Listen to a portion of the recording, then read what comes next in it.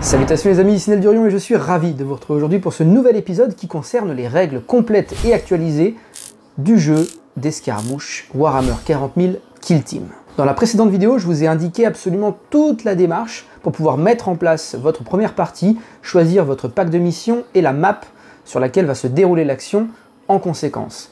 Maintenant, pour pouvoir aller un petit peu plus loin quand même, il s'agirait de choisir vos agents et pour ça, il va falloir plonger dans ce qu'on appelle en anglais les datasheets ou les fiches techniques de nos unités. Parce que lorsque vous allez constituer votre kill team pour la mission jouée avec votre partenaire ou vos partenaires, et bien à ce moment-là, va se poser la question de quel profil d'unité vous allez privilégier en fonction des choses qui vont devoir se passer durant la mission. Et bien pour ça, il va falloir apprendre et comprendre comment lire ces fameuses fiches techniques. J'en profite aussi pour vous dire une chose importante, parce que là on va commencer à rentrer dans le vif du sujet vis-à-vis des ressources qui nous sont proposées par Games Workshop, donc l'entité qui a créé tous les jeux Warhammer et consorts, c'est de toujours considérer la version anglaise, donc la version officielle originale des jeux, comme étant celle qui prime sur toutes les traductions sous-jacentes, si j'ose dire.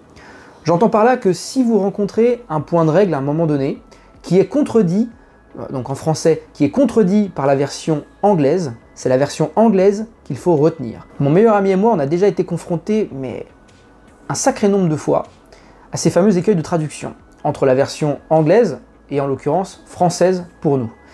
Et je peux vous dire que c'est extrêmement frustrant et même agaçant lorsque vous en avez besoin à un instant T pour résoudre une situation. Donc là, de plus en plus, on commence à jouer nos parties en s'appuyant exclusivement sur la version anglaise. Comme ça évite tous les problèmes, ou en tout cas 99%. Alors évidemment, pour ces vidéos d'apprentissage de toutes les règles liées à Warhammer 40 000 Kill Team, je me baserai effectivement sur la traduction française, parce que c'est quand même beaucoup plus facile pour vous qui débutez que si je vous dis « Allez, les gars, on se fait violence, on part sur la VO ». Non, mais sachez quand même que lorsque vous serez un petit peu plus habitué au jeu, eh bien, n'hésitez pas à faire des comparos entre la version anglaise et la version française. Ça vous évitera quelques déboires. Mais rassurez-vous, tout ça est quand même assez rare. La traduction française n'est pas toujours pourrave, loin de là. Sans plus attendre, mes chers tacticiens, nous allons partir sur mon ordinateur juste derrière vous, afin que je vous montre et que je vous explique comment lire ces fameuses fiches d'unité, fiches techniques, qui représentent toutes les caractéristiques de nos personnages. Nous nous retrouvons les amis sur le site warhammercommunity.com qui est, je le dis tout de suite, uniquement en anglais ou bien en allemand. Alors comme j'ai fait LV1 anglais et anglais supérieur en option et LV2 en espagnol, autant vous dire que je ne vais pas mettre le site en allemand. En tout cas, c'est un petit peu dommage qu'on n'ait pas la traduction française là-dessus, je trouve que depuis le temps, ils auraient pu le faire. Concernant ce site, eh bien, comme son nom l'indique, Communauté Warhammer, vous allez y retrouver absolument tous les jeux de la gamme, Warhammer 40 000, Age of Sigmar, Horus Heresy, etc. Je ne vais pas tous les lister, mais en tout cas, toutes les news relatives à tous ces jeux sont répertoriées ici. Ce site est vraiment votre base, en tout cas en ce qui concerne les ressources liées au jeu Warhammer. J'entends par là que depuis la sortie, je crois, de la V10 Warhammer 40 000, c'est-à-dire de la version 10 du jeu, il y a maintenant quelques années, 2 ans je crois, eh bien Games Workshop s'est dit, bon, à sortir des fiches techniques, des papiers à chaque fois que les gens doivent se procurer dans le commerce, moyennant quelques euros, eh bien ça va peut-être être un petit peu compliqué à force, parce que autant vous dire que depuis que ça existe, on a des équilibrages plusieurs mois après la sortie de certaines règles liées à des kill teams, en l'occurrence on va rester sur kill team, et donc à chaque fois on se dit, bah, ce que j'ai acheté par exemple en janvier 2025 sera invalidé, ou en tout cas modifié, je sais pas, 4-5 mois après quand il y a un update d'équilibrage qui sort. Super chiant, ça veut dire que vous payez, typiquement les fameuses cartes techniques que je vous présentais comme étant d'ailleurs une très bonne aide de jeu en soi. Le souci c'est que ces cartes-là, lorsqu'il y a une mise à jour via le site Warhammer Community qui concerne les règles associées, on se retrouve avec des cartes qui sont obsolètes. Enfin, j'exagère un petit peu. En tout cas, il y a des textes modifiés. Et comme c'est là devant vous que c'est imprimé, que c'est tangible, c'est pas mis à jour. Vous êtes d'accord avec moi? Et d'ailleurs, ils ne ressortent pas systématiquement des versions actualisées dans le commerce. En tout cas, pour Kill Team, ça ne s'est jamais vu jusqu'à présent. Donc, qu'est-ce qui se passe? Eh bien, ils se sont dit, ce serait peut-être bien qu'on propose, qui plus est gratuitement, ça c'est quand même un beau geste, toutes ces ressources-là, mises à jour quand nécessaire, sur un site où tout le monde peut aller et y trouver ce qu'il vient chercher. Donc on arrive sur Warhammer Community, on va choisir Kill Team si on veut consulter toutes les news relatives à notre jeu favori. Mais ce qui va nous intéresser pour l'objet de la vidéo d'aujourd'hui, c'est l'onglet Downloads, téléchargement. Et dans téléchargement, on va choisir Kill Team. Une fois que c'est fait, on arrive ici et là, vous avez compris où je vous emmène, tous les téléchargements liés à toutes les Kill Team du jeu, gratuitement, franchement. Quand vous en ouvrez une, par exemple, on va prendre les Kasrkin, là, hop, on arrive ici et on a en fait un PDF qui s'ouvre en anglais séparé, avec toutes les fiches techniques qui concernent la vidéo d'aujourd'hui, on abordera ça dans quelques instants, et comment constituer sa Kill Team, puis les règles de faction, etc. Et là vous dites, oh mais Nel, c'est tout en anglais, putain tu vas nous perdre et tout, tu nous as parlé que ce serait en français, machin. Acteur Studio, oui, pas d'inquiétude. Parce que si le site n'est pas traduit en français, eh bien sachez que toutes les règles, absolument toutes, sont traduites dans plusieurs langues, dont notre français préféré. Enfin, notre français... voilà, notre français, quoi. En fait, je trouve ça complètement fou. Je trouve ça complètement fou que les gars se soient emmerdés, du coup, à tout traduire dans plusieurs langues, alors que le site, en lui-même, n'est disponible qu'en anglais et en allemand. Peu importe, c'est pas grave. Ce qui nous permet de jouer, c'est surtout ça. Je bascule donc en français pour rendre les choses plus accessibles au plus grand nombre. À partir de là, évidemment, même chose que tout à l'heure, on va choisir la Kill Team qu'on souhaite, puis consulter toutes les règles associées. Voici l'un des éléments que vous retrouverez donc dans ces fameuses ressources, dans ces règles de Kill Team, et justement ce qui vous permettra d'aborder les fiches techniques ensuite et la constitution de votre Kill Team. Quels agents vous allez choisir pour la mission que vous allez remplir. Je me base pour cet exercice sur les Squad Scouts que je joue en ce moment contre mon meilleur ami. Et vous pouvez voir que ça, c'est quelque chose donc, qui est commune à toutes les Kill Teams. Vous aurez toujours cette petite fiche noire sur laquelle vous allez retrouver évidemment le nom de la Kill Team, ses archétypes, je le rappelle encore une fois, les archétypes, ce sont les missions tactiques, les opérations tactiques que vous pourrez choisir. C'est un panel en fait. Vous avez donc 3 missions, là, au moment où la vidéo sort, 3 missions d'infiltration disponibles, 3 missions de reconnaissance disponibles, etc., etc. Vous en choisissez une seule parmi les 6 propositions des 2 archétypes. Voilà, mais ça, je l'ai déjà expliqué dans la première vidéo. Donc, on passe à la suite. Vous allez avoir les agents.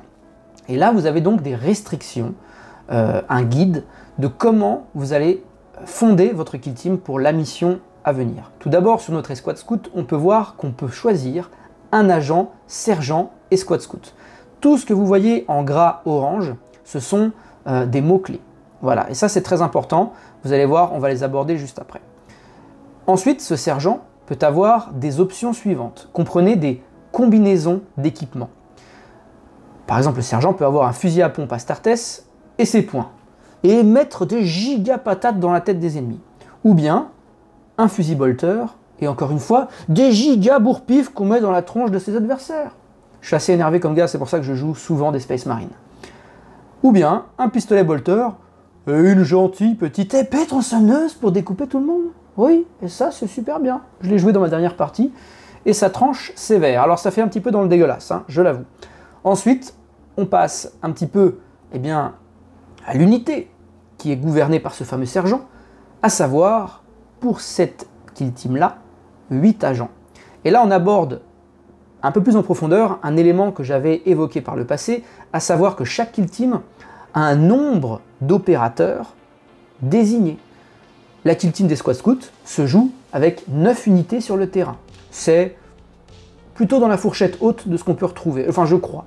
Parce que bien souvent, vous allez avoir 6 agents quand vous jouez du Space Marine, parce qu'en fait, chaque agent, de manière indépendante, est extrêmement puissant. Bien souvent, il disposera de plusieurs actions par tour de jeu, etc., etc., plusieurs points de vie, évidemment. Et ces fameux 8 agents que vous pouvez avoir pour cette escouade scout, eh bien, vous les choisissez dans la liste qui suit. Mais on peut voir que chacun dispose d'options, d'équipements, soit imposées. Là, on voit qu'il n'y a pas de choix. Si vous choisissez un tireur lourd, il aura forcément point, pistolet bolter et bolter lourd. Et si vous choisissez un deuxième tireur lourd, il ne pourra pas avoir le même équipement, il aura forcément pistolet bolter, lance-missile et ses points. Ensuite, on voit qu'on a un guerrier. Le guerrier fait partie de ce que j'appellerais des unités génériques. Comprenez là que ça, ce sont des unités spéciales. Elles ont réellement un impact sur le jeu dans des contextes particuliers parce qu'elles ont des capacités qui le permettent. Les unités génériques sont disponibles en plusieurs exemplaires au sein de votre kill team. C'est-à-dire que vous ne pourrez pas avoir plus d'un chasseur, plus d'un sniper, plus d'un pisteur, etc. Plus d'un sergent, évidemment aussi. En revanche, les guerriers, dans cette escouade-là, vous pourrez en avoir plusieurs. C'est indiqué juste en dessous, à part les agents guerriers, votre kill team ne peut inclure qu'un seul de chaque agent de cette liste. Voilà. Et si vous voyez la mention de 2 tireurs lourds, c'est tout simplement que les 2 tireurs lourds n'ont pas le même équipement. On voit que celui-là dispose d'un lance-missile, qui ne fait pas dans la dentelle, je vous le dis tout de suite, et un bolter lourd, où là, clairement, vous avez l'une des armes les plus énormissimes du jeu, je trouve. Voilà, donc le guerrier, lui, vous pourrez en avoir plusieurs exemplaires avec des combinaisons d'équipements soit identiques, soit variables.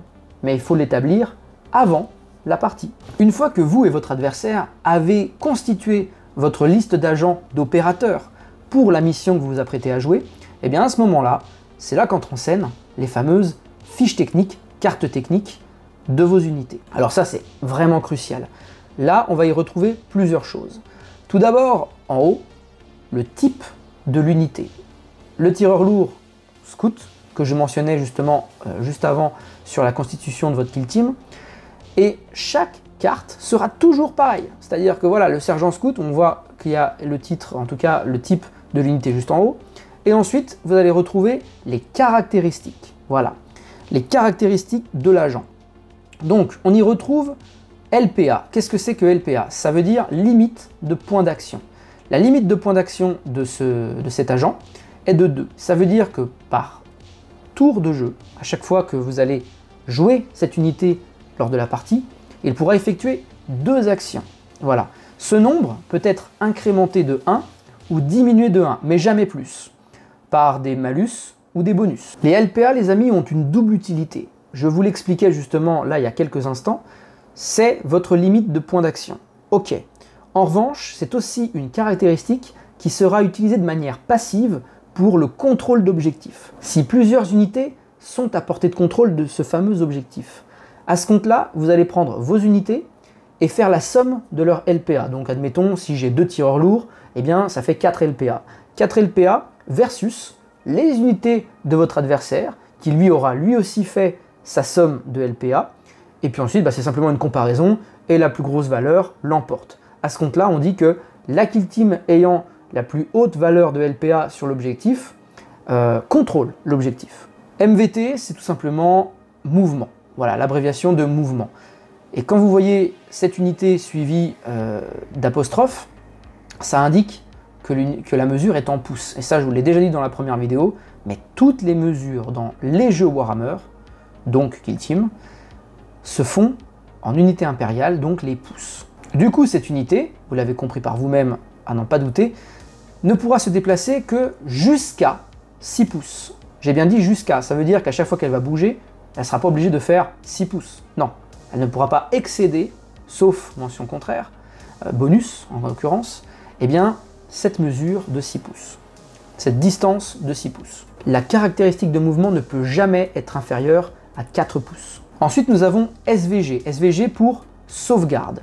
La sauvegarde, qu'est-ce que c'est? C'est votre ultime rempart en cas d'attaque à distance. Effectivement, lorsque l'ennemi va vous tirer dessus, vous devrez, mais ça on va l'aborder plus tard, dans les actions de la partie, eh bien vous devrez jeter des dés, en l'occurrence 3.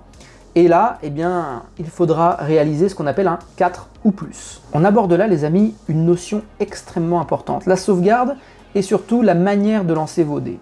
Ça ne fera pas l'objet d'une vidéo dédiée parce que c'est beaucoup trop simple. En fait, la vidéo ferait 1 minute, introduction comprise. C'est-à-dire que là, quand on lance des dés et qu'on a cette indication de 4 plus, ou comprenez plutôt X ou plus, c'est-à-dire que on jette des dés 6 sur Warhammer Kill Team. En l'occurrence, là, chaque dé devra avoir pour résultat 4 ou plus. Donc comprenez que pour que je puisse sauvegarder mon unité, c'est-à-dire qu'elle ne prenne pas de dégâts, il faudra que sur le dé, j'ai 4, 5 ou 6.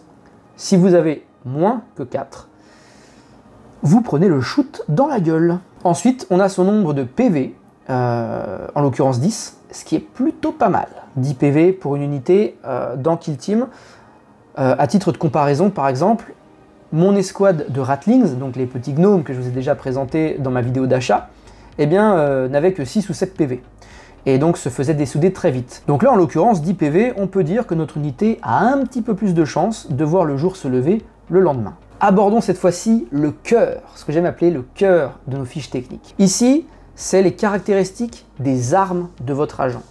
Alors, dans le cas de ce tireur lourd, si vous vous souvenez bien, en début de vidéo, je vous ai expliqué que lorsque vous choisissez une unité, parfois, souvent, vous aurez à lui attribuer un équipement pour la partie. Ça se fait en amont du début de la partie.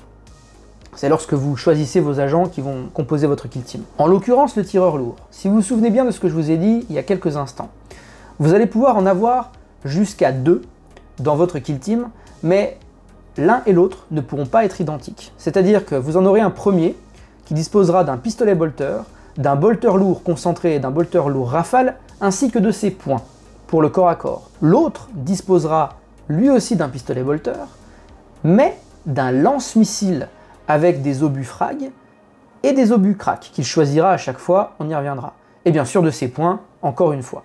Voilà. Maintenant que vous savez ça, on va partir sur l'idée que le tireur lourd en question dispose d'un pistolet bolter, de son bolter lourd à la fois concentré et en rafale, et de ses points. D'accord? Vous ne considérez pas le lance-missile pour ce que je m'apprête à vous expliquer. Ok? Donc, on part sur le pistolet bolter. Nous est indiqué son nom. Ok, pistolet bolter, jusque-là, je pense que je n'ai perdu personne. Mais juste avant, ici, la première colonne, les amis, c'est le type d'arme. Il n'y en a que 2. Il y a soit arme à distance, c'est symbolisé par cette icône de balle, d'ogive, et l'autre pour le corps à corps, où on voit une espèce de petite dague, une petite épée. C'est tout. Ça veut dire que soit vous tirez à distance et à ce compte-là, vous choisissez une arme à distance, soit vous êtes au corps à corps et vous choisissez une arme de corps à corps. Bah là, le tireur lourd, c'est facile, il met des gros bourre-pif et c'est tout. Vous avez la lettre A pour cette colonne-ci. C'est le nombre d'attaques dont dispose l'arme. Prenons par exemple le pistolet bolter. Le pistolet bolter dispose de 4 attaques. Qu'est-ce que ça veut dire? Ça veut dire que lorsque vous allez choisir d'attaquer avec cette arme, en respectant les conditions, j'y reviendrai juste après, mais vous êtes en capacité de tirer sur un adversaire. Voilà. Eh bien, ce pistolet bolter dispose de 4 attaques. Vous allez donc lancer 4 dés. Chaque dé, c'est une attaque. Ça veut dire que individuellement, les attaques peuvent réussir ou bien rater. Et maintenant que vous avez ça en tête, on bascule directement sur la deuxième colonne des caractéristiques de l'arme, à savoir T pour la touche. C'est-à-dire, quel est le résultat de chacun des dés de vos attaques pour qu'ils puissent toucher la cible. En l'occurrence, du 3+, ce qui est franchement sympa. Le 3+, c'est vraiment le truc, c'est du 50-50 en fait. C'est-à-dire que là, comme je l'expliquais pour la sauvegarde juste avant, vous avez compris le principe, tout résultat supérieur ou égal à 3 sur la face de votre dé sera une réussite. Et là, on parle maintenant de la colonne D pour dégâts, et vous voyez 2 valeurs. Alors, c'est pas une fraction, je vous rassure tout de suite, c'est simplement une valeur pour une condition, une deuxième valeur pour une autre condition. Mais quelles sont ces conditions? Si vous vous souvenez bien, il y a à peu près 8 secondes et demie, je vous ai parlé de votre capacité à toucher l'adversaire. Eh bien, sachez que dans Warhammer 40 000 Kill Team, j'avais dit que j'arrêtais de dire tout ça et de dire juste Kill Team. Bon, tout résultat égal à 1 est un échec. Voilà, on ne peut pas améliorer un jet de 1 en lui ajoutant un bonus ou quoi que ce soit, un +1 pour que ça devienne une réussite dans le cadre d'une touche à 2+. Non, c'est impossible. Vous aurez l'obligation de défausser ce dé de vos résultats parce qu'il est un échec, ou bien de le relancer via une compétence particulière. En tout cas, dans la condition qu'on a juste ici, un résultat de 1 et de 2 serait des échecs. Mais le résultat de 1 est toujours un échec. C'est ça qu'il faut bien comprendre. Donc si vous faites 3, vous réussissez à tirer, 4 aussi, 5 aussi, mais si vous faites 6, et bien si vous faites 6, c'est ce qu'on appelle un coup critique. Le coup critique, à l'inverse du 1 qui est toujours un échec, le 6 est toujours une réussite. Une réussite critique. En plus de ça, dans le cas ci-contre, on revient à notre colonne de dégâts avec la lettre D. Si vous réussissez à faire un 3, un 4, un 5 avec le pistolet bolter, vous taperez l'adversaire pour 3 dégâts. Le fameux premier chiffre avant le slash. Et bien si vous faites un 6, vous lui infligerez 4 dégâts. Franchement, est-ce que c'est pas super simple maintenant? En ce qui concerne la dernière colonne, là ça va être intéressant, mais je vais malheureusement pas pouvoir aller beaucoup plus loin que ce qui est écrit. Là j'ai choisi le pistolet bolter pour la simple et bonne raison déjà que c'est la première arme de la liste et ça me permettait d'être assez clair dès le début. Et bien là, nous avons des règles pour nos armes. Mais parfois, vous n'aurez pas de règles pour les armes. Et là, ce sera encore plus facile. Les coups de poing, par exemple, il n'y a pas de règle précise. Il n'y a rien, justement. Donc là, le pistolet bolter profite d'une petite règle. Une petite règle restrictive, qui plus est. Portée 8. Qu'est-ce que ça veut dire? Ça veut dire que si vous n'avez pas d'indication sur la portée d'une arme de tir, et bien dans ce cas-là, vous pouvez tirer quand vous voyez l'adversaire et quand celle-ci est une cible éligible. C'est des notions qu'on va voir justement dans la vidéo dédiée au tir. Mais là, le pistolet bolter, il a une portée de 8 pouces. Et oui, fameux 8 avec les guillemets. Et bien à ce moment-là, au-delà de 8 pouces, vous ne pourrez pas tirer sur votre cible. Voilà, c'est une restriction liée à cette arme-là. Vous savez maintenant comment lire toutes les colonnes d'une fiche technique, en tout cas des caractéristiques des armes de ces fameuses fiches techniques, en plus des caractéristiques du personnage. Vous le savez maintenant. Alors déjà, petite parenthèse, je vous parlais justement du fait qu'il n'y avait pas de restrictions, en tout cas de règles, concernant l'utilisation des points. Mais comme je l'ai dit, c'est-à-dire qu'une arme de tir, elle, peut avoir des restrictions de portée, tandis qu'une arme au corps à corps n'a pas du tout d'indication de portée. C'est-à-dire que vous n'allez pas mettre un coup de poing comme Mister Fantastic, eh bien, à 20 pouces. Pas possible, d'accord? Ça, il ne me semblait pas nécessaire de vous le dire, mais bon, par souci d'exhaustivité, comprenez que des coups de poing se mettent au corps à corps, point. Ce qui définit cette utilisation-là, c'est l'icône qui est à gauche. Prenons, si vous le voulez bien maintenant, une autre arme, un petit peu plus technique, s'il en est. Alors, on va prendre le bolter lourd concentré et le bolter lourd rafale. On revoit ensemble les icônes, on voit que c'est une arme de tir, parce qu'il y a le petit symbole de tir, et là on voit que le nom de l'arme c'est bolter lourd. Mais entre parenthèses on a un petit truc. Ce petit truc entre parenthèses, ça s'appelle un profil d'arme. Votre personnage a un bolter lourd, ok. Mais il peut choisir son mode de tir. C'est super simple. C'est-à-dire que votre bolter, quand vous allez déclarer une action de tir à votre adversaire, vous allez lui dire « je tire avec mon bolter lourd en mode concentré ou en mode rafale ». Vous ne pouvez pas faire les deux en même temps, évidemment, parce que chacun dispose de caractéristiques liées à son profil. Donc prenons par exemple le bolter lourd concentré. On peut voir que dans la colonne attaque, vous avez désormais 5 dés, donc 5 attaques en fait, tout simplement. On touche toujours sur 3+, et nos dégâts sont désormais de 4 en réussite normale, réussite standard, 3, 4 ou 5, et 5 si vous faites un 6. Ensuite, on a des règles. Et là, encore une fois, on a une petite restriction. Celle-ci est importante, mais malheureusement, je ne pourrai pas la développer pour l'instant, puisqu'il faut d'abord qu'on aille voir un petit peu toutes les actions de nos personnages. Mais retenez bien que les armes qui ont le mot-clé « lourde » associé sont des armes qui vont vous permettre, un petit peu moins que les autres, de bouger sur la carte. Et ensuite, on voit qu'on a un autre mot-clé associé à cette arme-là. Sachez que tous les mots-clés liés aux armes seront développés dans une vidéo dédiée avec des exemples d'utilisation à chaque fois. Ça, c'est prévu, donc ne vous inquiétez pas. Comme je le disais, je fais les choses dans un ordre établi et je ne peux pas tout vous proposer en même temps, ce serait impossible. Donc, perforante critique 1, vous n'êtes pas obligé de le retenir, mais je vous le donne quand même. Si vous réussissez à faire un 6, en l'occurrence avec cette arme-là, lors de votre action de tir, l'adversaire ne pourra pas utiliser 3 dés pour se défendre, il sera obligé d'en retirer 1. Ça n'est pas cumulable. Si vous faites 2 critiques, donc 2 6 dans vos résultats sur vos 5 attaques, à ce compte-là, on retient juste perforante critique 1, 1 étant le nombre de dés que vous allez enlever à votre adversaire pour se défendre. Ça ne pourra pas être, comme je le disais, incrémentiel. On ne passera pas à perforante critique 2, non. Parce qu'au bout d'un moment, ce serait injouable pour l'autre de survivre, tout simplement. Voilà les amis, l'utilisation des points, je pense que c'est absolument pas nécessaire de la développer. Vous avez très bien compris que ça se faisait lorsque vous étiez en contact avec votre adversaire. Socle à socle, baston au corps à corps. Quand je dis socle à socle, hein, c'est un raccourci. En vérité, on n'est pas obligé d'être socle à socle, il faut être dans ce qu'on appelle une portée de contrôle qui est de 1 pouce autour de votre personnage. Mais ça, sachez que c'est des choses que je vais rabâcher et montrer en exemple à chaque fois. Voilà les amis pour tout ce qui est lié à votre équipement, hein. Et maintenant on passe à une rubrique intéressante mais que vous utiliserez en fait assez peu. C'est les mots-clés de faction, en tout cas d'unité. On voit que là l'escouade scout, c'est tout simplement votre escouade que vous avez choisi pour jouer à Kill Team. C'est en orange gras avec ce petit crâne à côté. Ils font partie de l'Imperium, c'est les gentils. Et ensuite ils ont une sous-catégorie, c'est qu'ils font partie de l'Adeptus Astartes, c'est-à-dire en fait tout ce qui est Space Marine, hein. Je fais vraiment des raccourcis.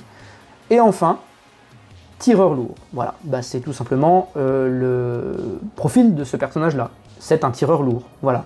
Et en l'occurrence, un tireur lourd scout. Mais là, on retient juste tireur lourd. Voilà, ça se lit vraiment dans son ensemble comme ça, et très honnêtement, vous en aurez que très rarement l'utilité. Il s'agit en fait de mots-clés qui parfois auront un rappel par rapport à une règle. En l'occurrence, je vous le dis comme ça, bien souvent quand vous faites partie de l'Adeptus Astartes, vos unités sont capables de tirer 2 fois. Vous avez en fait des cartes, des règles pour ces unités-là, pour ces mots-clés, qui vous disent que si votre unité est de type Astartes, eh ben vous disposez de 2 actions de tir et de 2 actions de combattre au corps à corps. Mais ça, encore une fois, là, je vous le dis, on y reviendra, il n'y a pas de problème. Là, on est juste dans l'apprentissage d'une fiche technique, tout simplement. Bref, la petite indication ici, elle est quand même sympa, parce qu'en fait, elle vous indique la taille de votre socle. C'est-à-dire que vous ne serez pas obligé de mesurer tous vos socles à chaque fois. Quand vous assemblez vos personnages, hein, quand vous les sortez de votre boîte de Kill Team et que vous vous apprêtez à jouer avec, dans le manuel, dans la notice d'assemblage, vous sont systématiquement indiquées les tailles de socle pour chacun des personnages. Parce que, retenez bien ceci, au sein d'une Kill Team, tous les socles ne sont pas forcément de même taille. Parce que des fois, vous aurez des unités vraiment colossales, où on pourra aller sur des socles de 40 mm et sûrement plus. Hein. Personnellement, j'en ai pas. J'ai pas encore de Kill Team avec des socles de plus de 40 mm. Mais ça a un impact sur votre manière de bouger dans la kill zone. Voilà les amis, c'en est tout pour cette vidéo. J'espère que ça vous a plu, que ça va vous aider énormément à consulter toutes les fiches techniques de vos unités, à constituer votre petite escouade pour la partie que vous vous apprêtez à jouer. Franchement, là, vous avez déjà une très bonne base pour ne pas vous sentir perdu. Parce que maintenant, on va arriver très rapidement dans la partie en elle-même. Considérez que jusqu'à présent, dans la vidéo numéro 1 et dans celle-ci, on est sur la préparation à jouer. La préparation de la partie. Donc ça fait partie, forcément, des préparatifs obligatoires pour bien aborder la mission que vous apprêtez à jouer avec votre ou vos adversaires. Rendez-vous pour ce 3e épisode qui arrivera beaucoup plus vite que vous le pensez. Ciao les amis, et surtout revenez sur ces vidéos dès que nécessaire, c'est important. Ciao.